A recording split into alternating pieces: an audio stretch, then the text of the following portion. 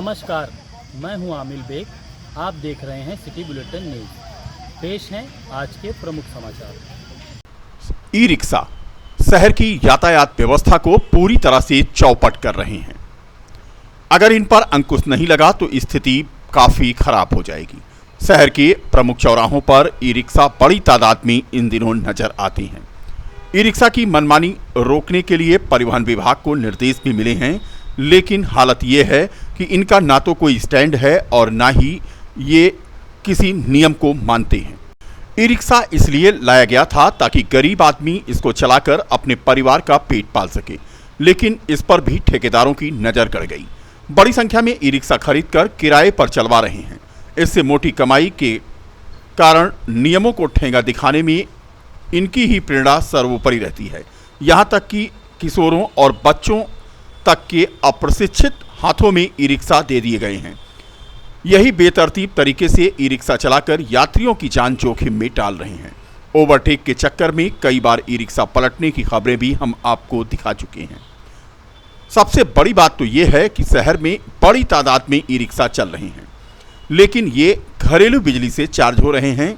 Commercial इस्तेमाल होने वाले ई रिक्शा को जब घरेलू बिजली से चार्ज किया जा रहा है तो ऐसे में स्थिति और भी बिगड़ रही है।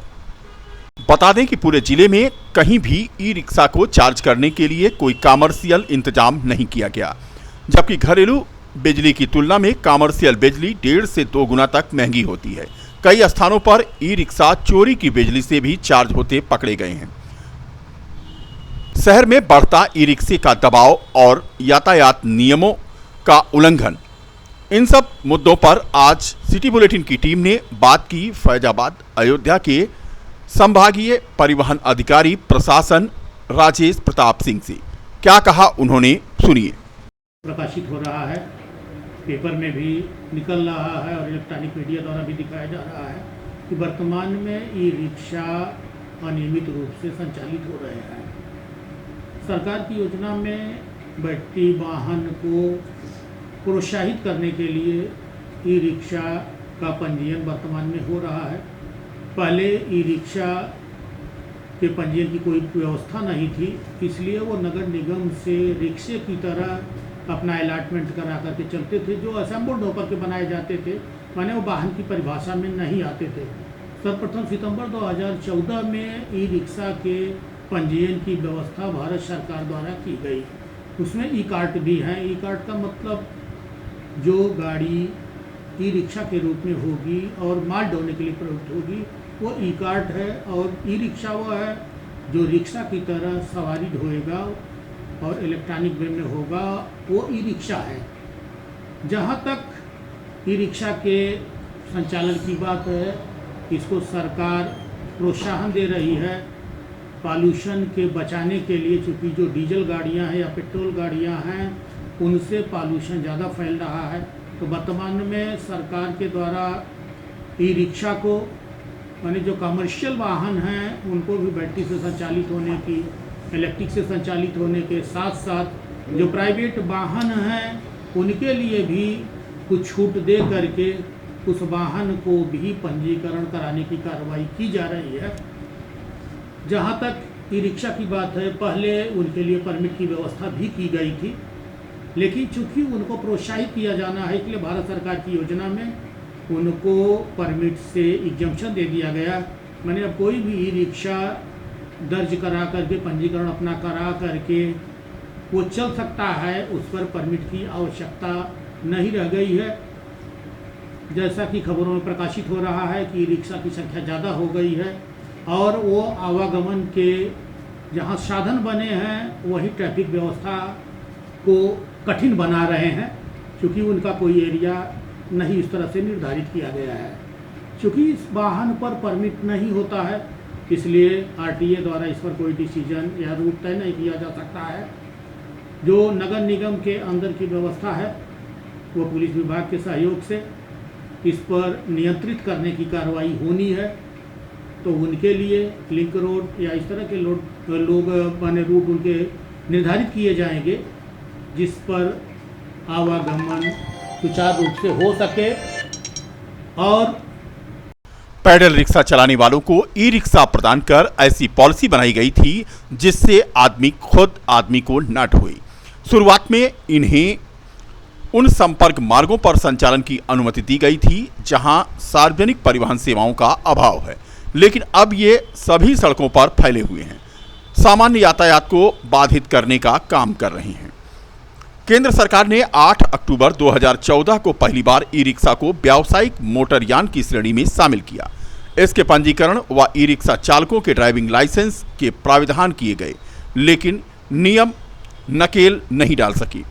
इन्हें शुरुआत में 3 साल के लिए फिटनेस मिल जाती है और सरकार का यही कदम शहरवासियों के लिए मुसीबत बन गया।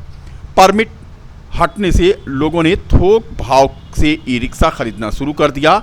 6 साल में इनकी संख्या इतनी अधिक हो गई है कि आज ये जाम और दुर्घटना का कारण बन रहे हैं। ई रिक्शा की स्पीड 25 किलोमीटर से अधिक नहीं होनी चाहिए, लेकिन आज ऐसे ई रिक्शा बन रहे हैं जिनकी स्पीड इससे कहीं ज़्यादा है।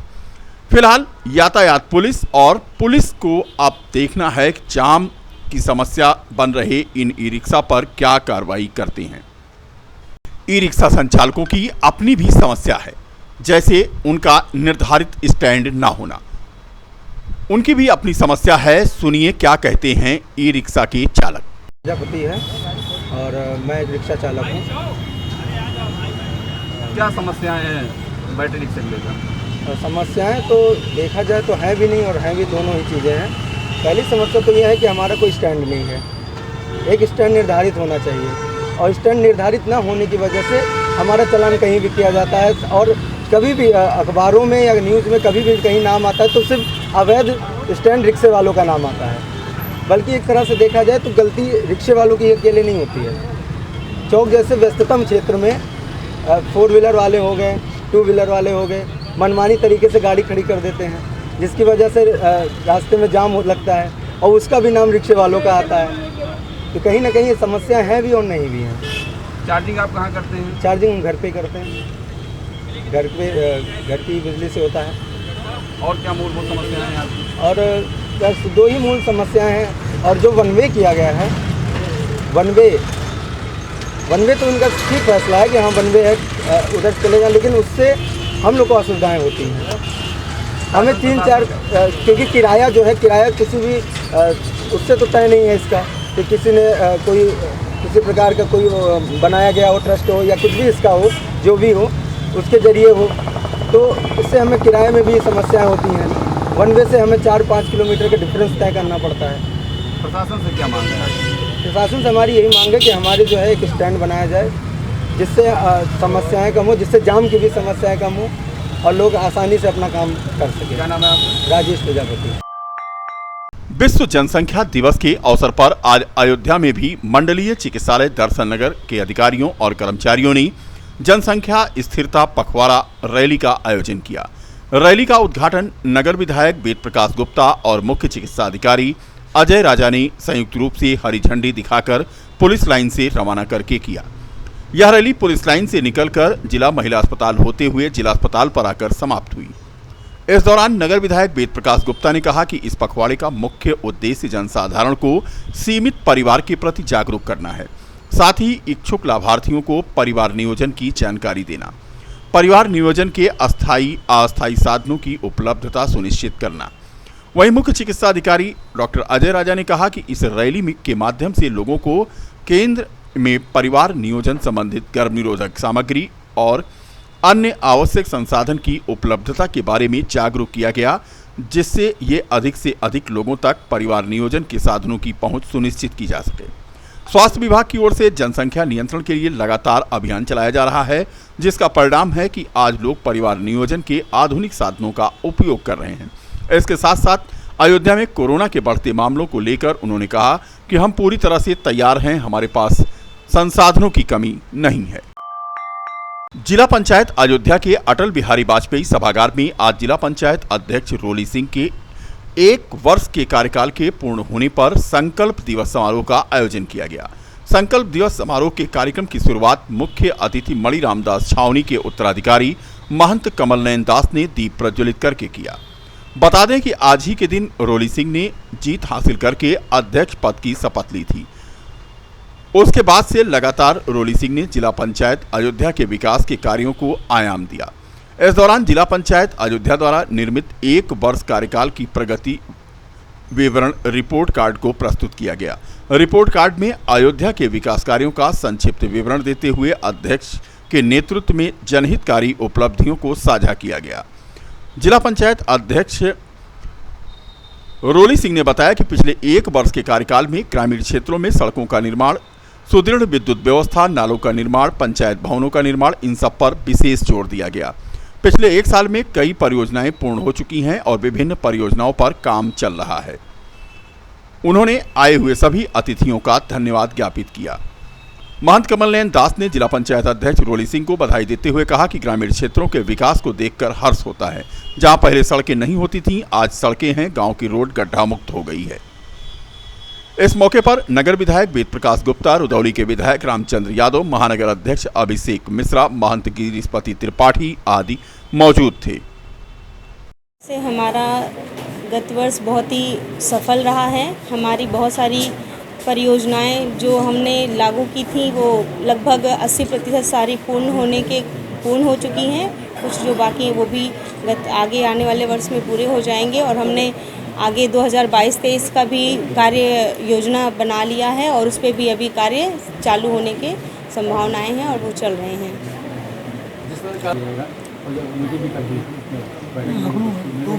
हाँ, वो भी मतलब वो भी इस हमारे 2022-23 में पूरे किए जाएंगे। हमने अध्यक्ष से सारे सदस्यों से 1 वर्ष पूरे हो गए। हमारा यही कथन था, यही कहना है, यही प्रार्थना है, यही आदेश है, उपदेश है कि सभी लोग ढंग से कार्य करें, कुशलतापूर्वक कार्य करें। जनप्रतिनिधि बनकर के सब आए हैं। समाज सुखी हो, जन जन को सुख की प्राप्ति हो, राष्ट्र सुखी हो, राष्ट्र अखंड हो। इस समय राष्ट्र के सिवा मुझे कुछ नहीं दिखाई पड़ता। सारा कार्य हमारा राष्ट्र के लिए ही है बस।